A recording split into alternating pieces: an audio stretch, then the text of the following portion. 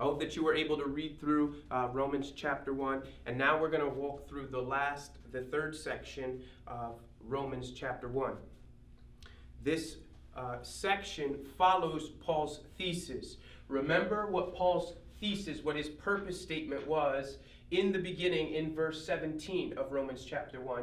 He said, within the gospel there is a righteousness from God that is being revealed, and that righteousness from God is applied to and received by an individual through the means of faith.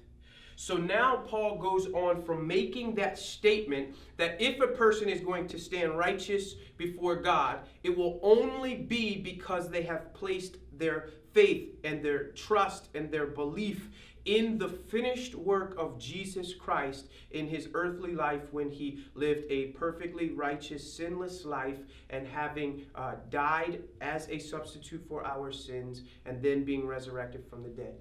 Believing that is what brings a person into a right condition and a right state with God.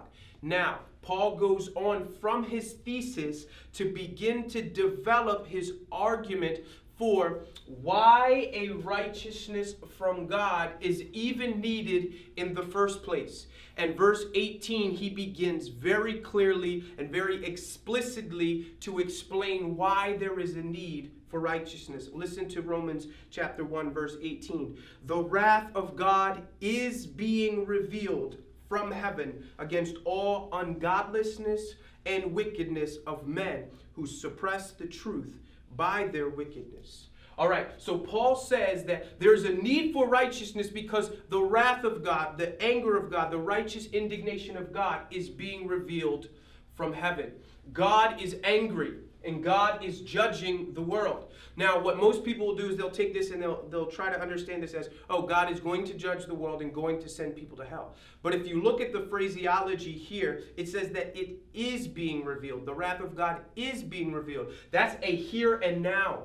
The wrath of God is being revealed now, not at a future time. That is true. God will bring the whole world into account, but it's referring to right now God's wrath is being revealed. How is God's wrath being revealed now? Paul goes on in verse 24, verse 26, and verse 28 to repeat this phrase, he gave them over to their sins. He gave them over to their wickedness. He gave them over to the dark, deceitful, depraved desires of their heart. So he gave them over to that, and what he means when he says that is they are now experiencing the consequences of their disobedience. So there's a need for righteousness because God is angry and God is judging them for their unrighteousness.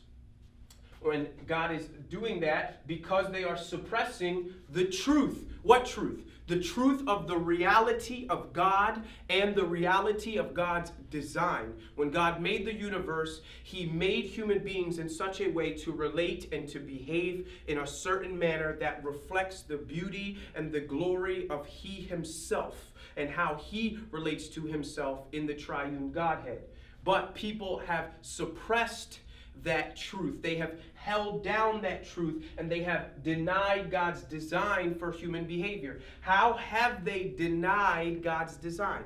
By living lifestyles that contradict and go against and reject God's design. That's how they have denied God's design, by living outside of God's design. They're living lawless lives and they are ignoring the reality of God's law and God's intentions for this life. Now, it says that God has made it plain to them. How we ought to live is plain to them. The reality of God and the reality of God's mandate, God's standards of morality and how we ought to relate and conduct ourselves has been made known to every individual, God says. How has that been made known? Well, Paul goes on and says that God's existence and God's nature are clear to every human being. How? Because God has made it clear to them through the evidence of the universe. God is known to every person by this thing called general revelation. That is the creation.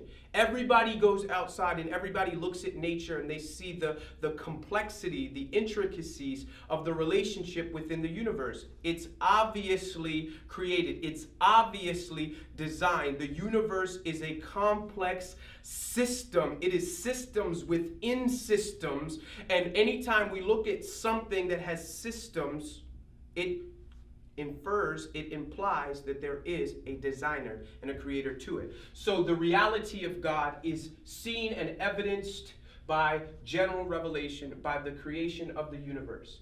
What this does for us is this text assumes two things. Number one, that people are questioning their origin.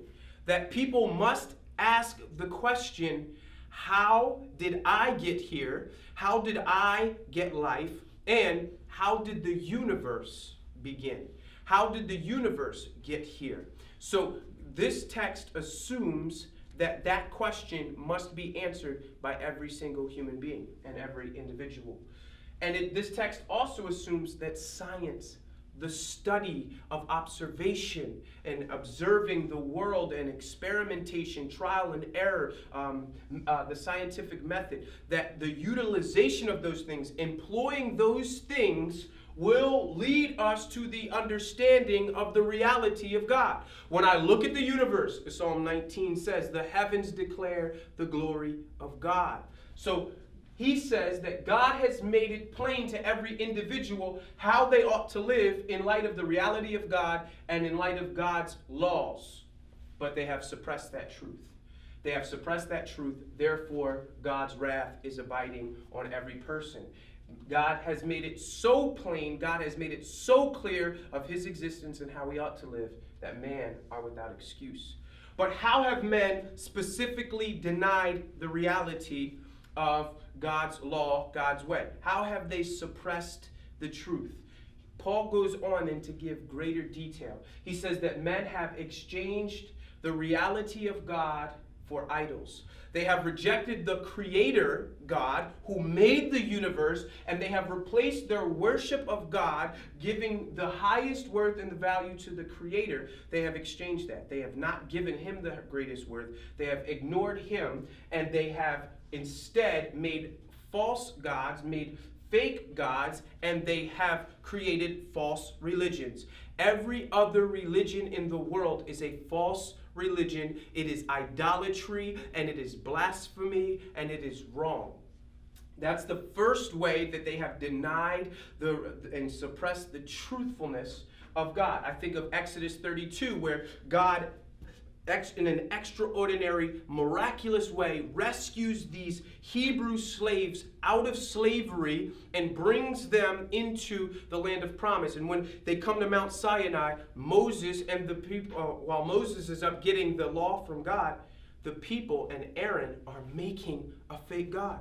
They're forming a golden calf to worship. They are still suppressing the truth of the reality of the God who just brought them out of Egypt. So there's the false gods. They have exchanged God for idols. And Paul goes on to make it even more explicit as to how they have suppressed the truth and unrighteousness. They have exchanged the truth for a lie. They have exchanged the reality that only God is worthy to be the object of worship in the life of every human being. They have exchanged that, and instead they have worshipped parts of creation instead of the creator. He says that they have made images of animals and things of that nature, things that are a part of creation. They worship parts of the creation instead of the creator. And then he goes on, and Paul gives us even more in-depth understanding of how they have exchanged the truth for a lie. He says that this idolatry that every human being has engaged in is expressed in sexual immorality. Two things he says here. Number one, that they have Paul goes into great detail saying that they have, if you look at verse 26, because of this, God gave them over to shameful lust, even their women exchanging natural relations, the obvious design of God. They have stopped relating to the obvious design of God, which is one man and one woman, and it says that they have exchanged them for unnatural ones. In the same way, men also abandoned natural relations with women and were inflamed with lust for one another. Men committed indecent acts with other men and received in them the due penalty of their perversion. So we see idolatry being expressed in sexual immorality, going outside of God's design in the realm of sexuality. Okay? And then it goes on, and not only does it express itself in sexual immorality, but it goes on and it says in every kind of wickedness, evil, and depravity. So this is just escalating that every human being has just been given over to their sinful appetites. Now, when he says gave them over, he says it 3 times in this passage. And here are the implications of that. That we see this phrase, received the penalty of their perversion. That means that they became enslaved to their sin. They were given over to their primitive, false, impure appetites, their shameful lust, Paul says. They become a slave to those things. They don't just choose to do those things. Now they must do those things. They're given over to their animalistic impulses. And the effects of this unnatural behavior they will no doubt affect individuals physically, mentally, and emotionally. So now they're experiencing the consequences of their sinful actions. And what happens over time is they become numb and indifferent towards good and bad behaviors. Now, this thing that they used to hide in the closet, doing in the darkness, now they do it in the daytime. Now they do it in public. Now they do it, and they do it proudly. Now they do it in such a way where they make it into the public realm and they have no shame about it. And not only that, but because they become numb and indifferent and their consciences are seared, now they approve of those who do evil behavior. And really what this comes down to in essence is the fact that good and bad, right and wrong, and truth become relative. Everybody does what is right in their own eyes. Everybody does what they want according to their own standards. There is no objective standard because they have turned away from the one true and living God. They have turned away from his design, and therefore it is a free-for-all with everyone doing what is right in their own eyes. So, Paul says there is a need for righteousness. Why? Because the wrath of God is being revealed. Why is the wrath of God being revealed? Because people are suppressing the truth and unrighteousness. Why? How do they know the truth? Because God has made it clear to them. God has made the reality of his existence and the reality of his standard and his law. He has made it so plain, so clear to them that they are without excuse. But even though they know about God, even though they have a knowledge of God, they turn away from that knowledge of God. They exchange the worship of the true God for fake gods. They exchange the truthfulness of God for a lie.